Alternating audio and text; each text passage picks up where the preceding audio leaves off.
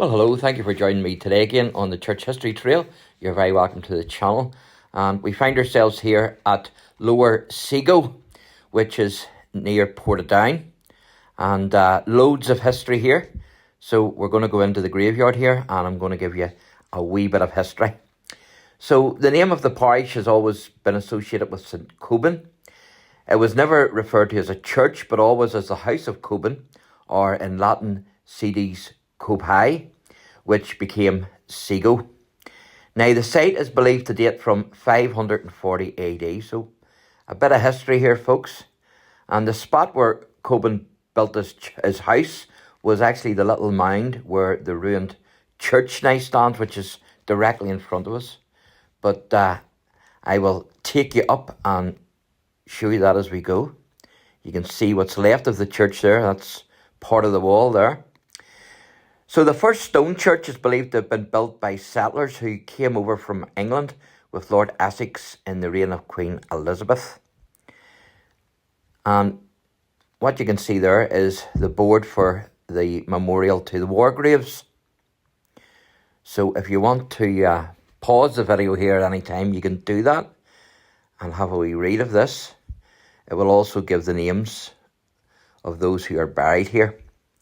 So it seems to have been attacked again, the church, because it's shown as standing roofless among trees on a map of 1609.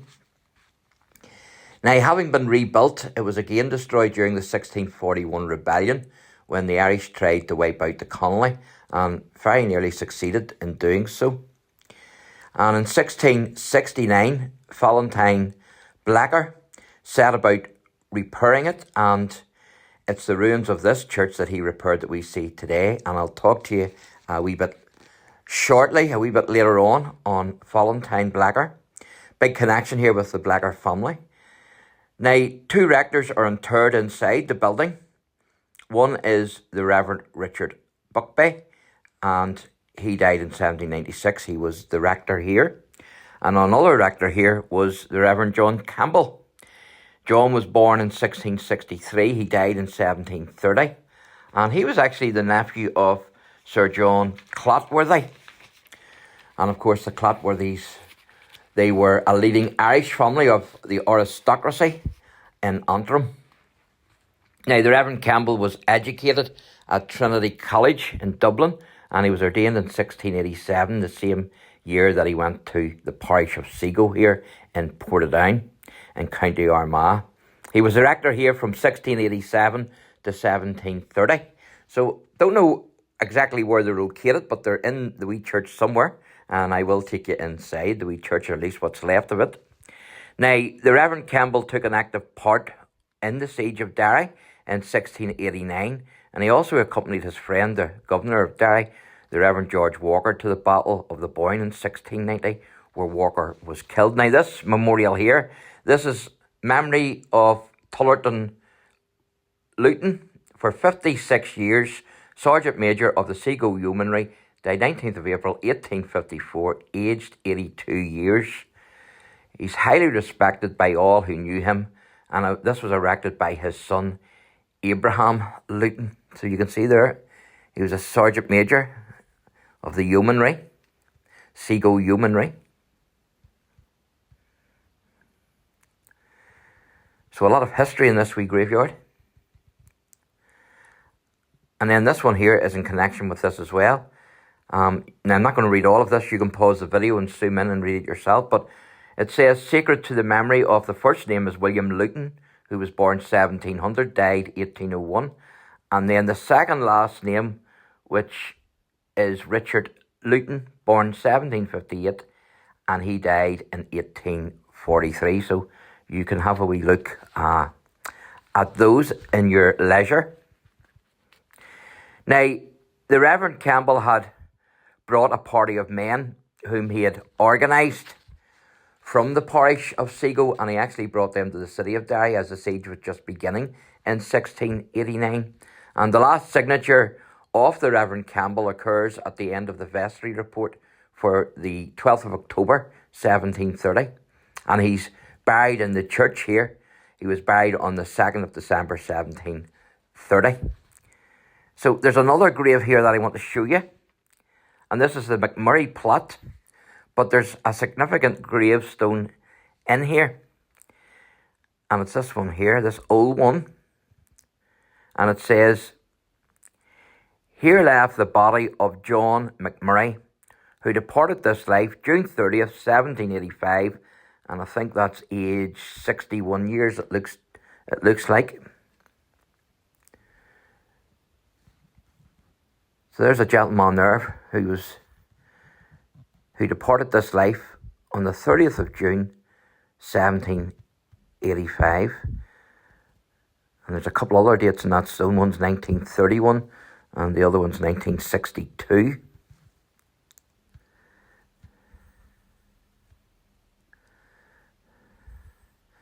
So there you go. A piece of history there, folks. 1785.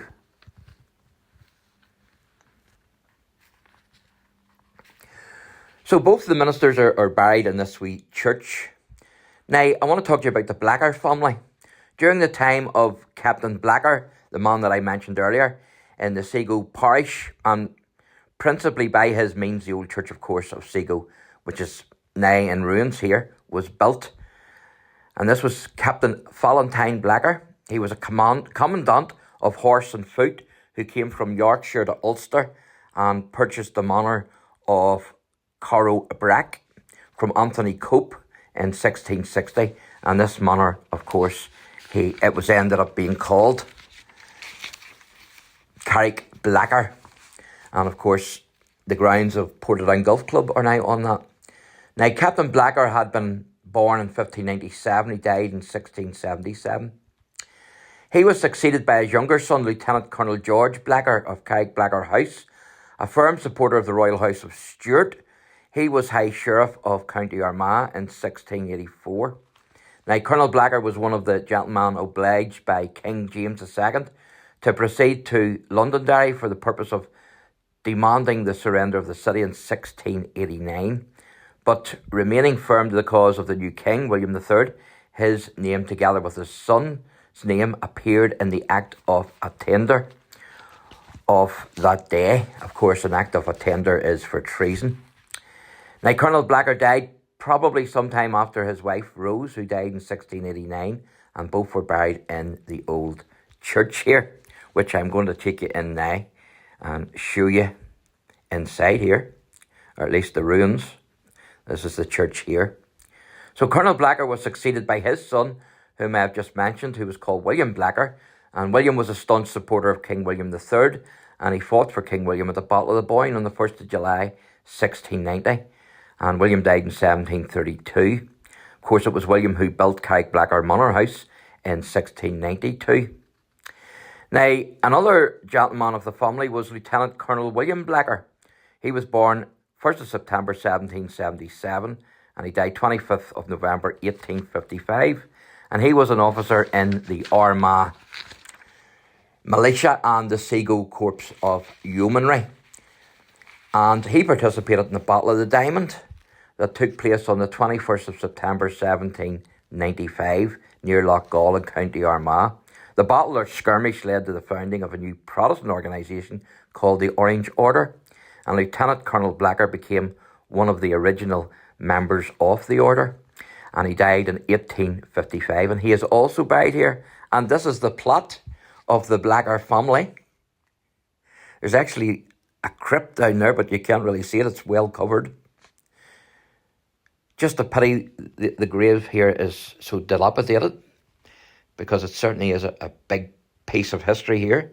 But there's another gentleman I want to talk to you about who's buried here, and that's Stuart Blacker. Stuart was born on the 1st of January 1808, and he died on the 16th of December 1881. He was a DL, which is Deputy Lieutenant. He was a JP, Justice of the Peace, High Sheriff of Armagh in 1859, and he died unmarried in 1881. And this is his grave here. You can see his name on the headstone there. Stuart Blacker.